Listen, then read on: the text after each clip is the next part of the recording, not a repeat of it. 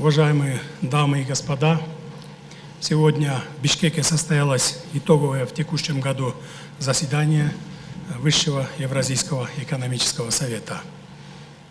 Нам все-таки удалось собраться в очном формате за последние 3 года с целью обсуждения актуальных вопросов Союза. По итогам заседания мы приняли ряд важных решений. Если остановиться коротко, то мы заложили основу для финансирования промышленной кооперации, поручили разработать соответствующие акты Союза.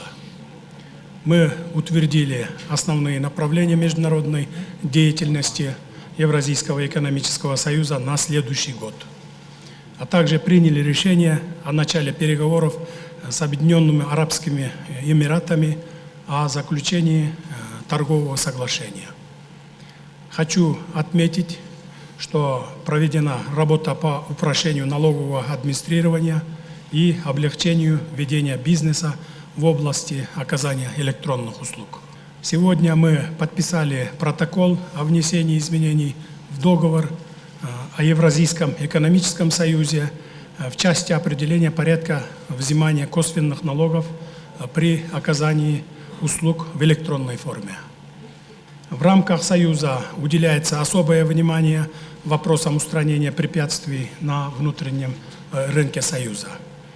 Мы сегодня подробно обсудили данный вопрос и договорились усилить работу в этом направлении.